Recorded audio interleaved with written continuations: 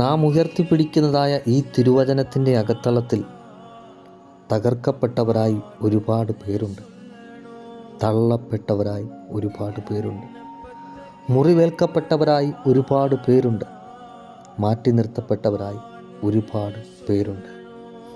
എന്നാൽ തകർക്കപ്പെട്ടവരും തള്ളപ്പെട്ടവരും മുറിവേൽക്കപ്പെട്ടവരും മാറ്റി നിർത്തപ്പെട്ടവരുമായ ഈ ജനത്തെ പരാജയപ്പെട്ടവരായി മാറുവാൻ നമ്മുടെ ദൈവം അനുവദിച്ചില്ല.